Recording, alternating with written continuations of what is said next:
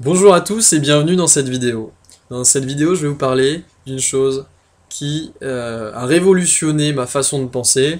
Je l'ai découvert un petit peu par moi-même, puis ensuite via des bouquins que j'ai lus, c'est le conditionnement. Le conditionnement, c'est le principe de d'avoir vécu des choses dans le passé. Dans votre passé, vous avez vu des choses, vous avez vécu des choses, vous avez eu une expérience, vous avez eu une éducation qui vous ont permis d'avoir des souvenirs. Vous avez des souvenirs, des choses qui sont enregistrées dans votre cerveau et qui font qu'aujourd'hui, quand vous êtes face à une situation, vous allez réagir de telle ou telle façon.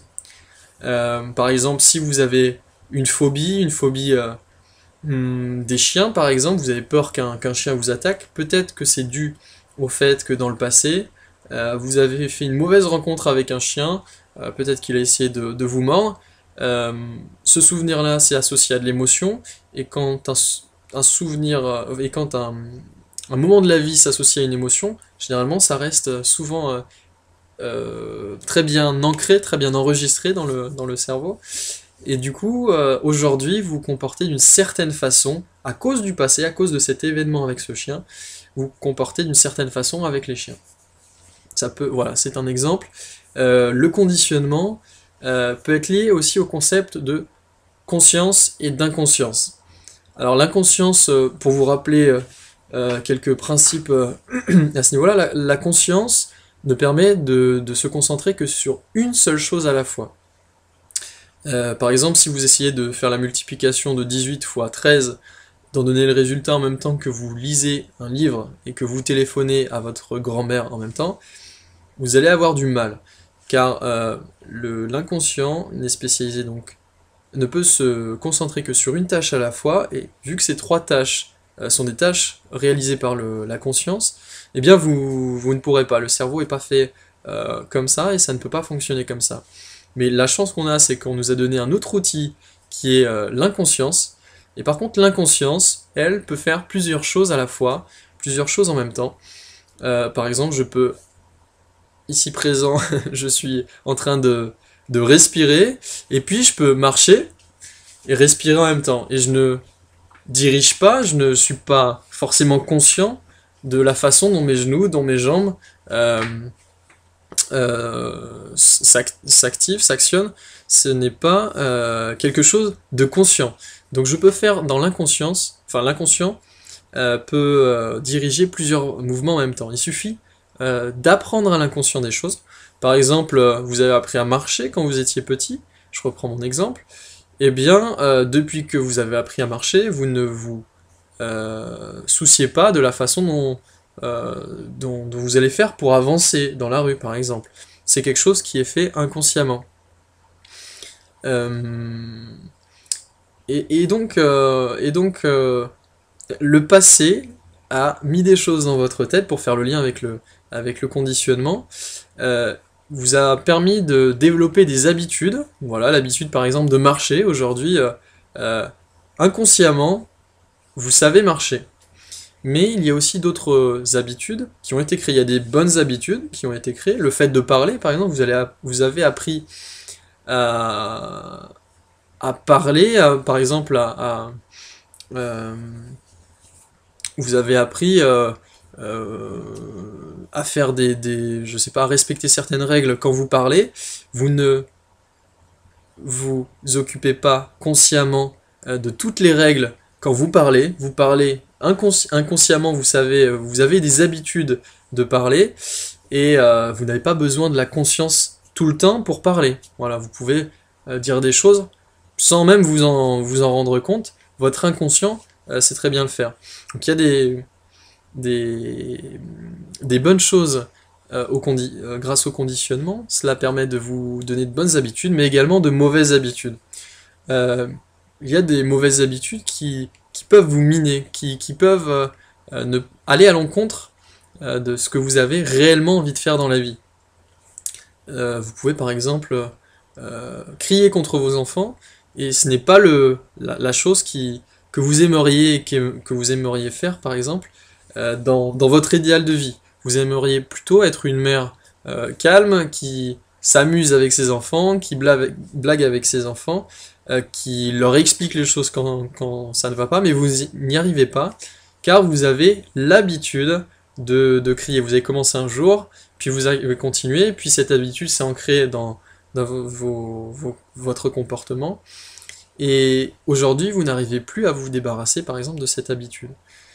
Et bien donc ça c'est le conditionnement et les mauvais effets du conditionnement. C'est-à-dire que vous avez eu des habitudes qui sont gérées non pas par votre conscience mais par votre inconscient, et c'est automatique, c'est caché puisque c'est inconscient, vous ne le contrôlez pas, enfin vous ne le voyez pas, et vous ne vous en rendez pas forcément compte. Mais il y a une solution pour changer ces habitudes et les changer, les améliorer. On dit en règle générale, on ne peut pas changer. On entend souvent ça, ou on ne changera jamais, on est comme on est. Il y a souvent ce genre d'idée dans l'opinion populaire, mais je pense que c'est un peu vieillot, un peu vieillot. Moi personnellement dans mon existence, j'ai essayé pas mal de techniques de développement personnel et j'ai bien vu que ces adages étaient révolus et que il n'y avait pas, il y avait possibilité de s'améliorer, de changer ses comportements, de changer ce qui a été conditionné par le passé, les habitudes qu'on a aujourd'hui, on peut les changer. Et ça franchement, quand j'ai découvert ça, j'étais vraiment étonné et agréablement surpris, vraiment heureux d'avoir l'espoir de pouvoir changer ce qui chez moi me dérangeait. Et donc on passe à l'étape ensuite du déconditionnement. C'est-à-dire qu'on va passer, on va se rééduquer, on va réapprendre, de nouvelles habitudes, plus en phase avec ce qu'on a envie d'être, ce qu'on a envie de faire exactement. Et ça s'appelle donc le déconditionnement. Alors, je vais vous présenter la technique majeure pour se déconditionner. Il y en a une, c'est une technique qui à elle seule fait 50% du boulot pour se déconditionner. Cette technique, c'est de prendre conscience de vos conditionnements. C'est de prendre conscience de vos, par exemple, mauvaises habitudes. Si vous avez tendance à crier contre quelqu'un trop souvent, ça peut être vos enfants par exemple, ou de vous énerver contre quelqu'un en particulier, et bien à chaque fois que vous vous énervez contre cette personne, essayez de prendre conscience de la façon dont vous vous énervez. Vous pouvez prendre conscience des mots que vous lui dites. Vous faites attention aux mots que vous lui dites. Vous essayez de porter votre attention sur les mots, ou de porter votre attention sur votre corps, comment vous êtes quand vous êtes énervé contre cette personne. Vous pouvez aussi, si vous y arrivez, faire attention à vos pensées. Regardez quelles sont les différentes pensées qui vous arrivent quand vous êtes énervé envers cette personne. Et vous allez faire réellement 50% du boulot. 50% du travail va être réalisé à ce moment-là, pendant la prise de conscience. Les 50 autres pourcents à réaliser, en fait, vont être très faciles, puisque une fois que vous avez réalisé, vous avez fait basculer finalement ce qui était inconscient dans la conscience, et bien la conscience elle-même va commencer un processus pour essayer de trouver des solutions pour régler ce qui ne vous convient pas. Parce que dans votre conscience, il y a votre idée de changer. Ça ne vous plaît pas. Vous êtes conscient que vous voulez changer. Ça, vous le savez. Et donc, il faut ramener l'habitude qui est dans votre inconscient, dans votre conscience. Et petit à petit, cette idée que vous avez de changer, qui est dans votre conscience, elle va changer petit à petit votre habitude, et vous allez vous améliorer sur cette habitude. C'est vraiment automatique, c'est vraiment magique, c'est ça qui est marrant. Donc vous faites vraiment la grosse action qui est de prendre conscience de vos habitudes. Donc regardez-vous sur le moment, et vous allez voir que plus vous allez vous regarder, plus vous allez prendre conscience, et plus vous allez changer rapidement. Donc ça prend peut-être un peu de temps. Voilà, les premières fois, c'est pas forcément facile d'être conscient de ce que l'on fait. Voilà, quand on crie contre quelqu'un, on est inconscient, on est plutôt dans voilà, on ne réfléchit pas trop, on est emporté par ses émotions, donc c'est ça l'inconscience. C'est qu'à ce moment-là, vous n'êtes pas conscient.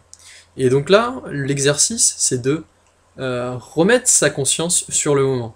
C'est un exercice qui est assez difficile au début, mais qui aide beaucoup et qui se fait très bien par la suite. Donc quand vous êtes emporté par l'émotion, que vous ne réfléchissez plus à rien, c'est que vous êtes voilà, dans l'inconscience, pensez à mettre votre conscience sur le coup. Donc j'espère que cette vidéo vous aura aidé. Je vous souhaite bon courage pour vous observer tous les jours. Vous pouvez également observer vos habitudes qui ne vous gênent pas. Donc c'est vraiment euh, toute une technique, voilà, et puis tout un pan du développement personnel également, le fait de s'observer comme ça. Et c'est en s'observant euh, qu'on peut changer, qu'on peut arriver facilement à déceler ce qu'il faut changer chez nous. Et donc c'est une technique, vous pouvez commencer aujourd'hui, mais ça va vous emmener à vous étudier, à prendre conscience de vous-même sur des années ensuite. C'est vraiment quelque chose de fabuleux, d'intéressant, et c'est vraiment une aventure à faire. Donc je vous conseille cette technique, à vous d'en faire ce que vous voulez, mais n'hésitez pas à la tester et à me laisser vos commentaires en dessous de la vidéo pour me dire ce que ça vous apporte, ce que ça peut vous apporter et ce que vous avez réussi à faire grâce à cette technique. Je vous remercie de m'avoir suivi dans cette vidéo. Je vous retrouve très vite dans de prochaines vidéos. À très bientôt. Merci.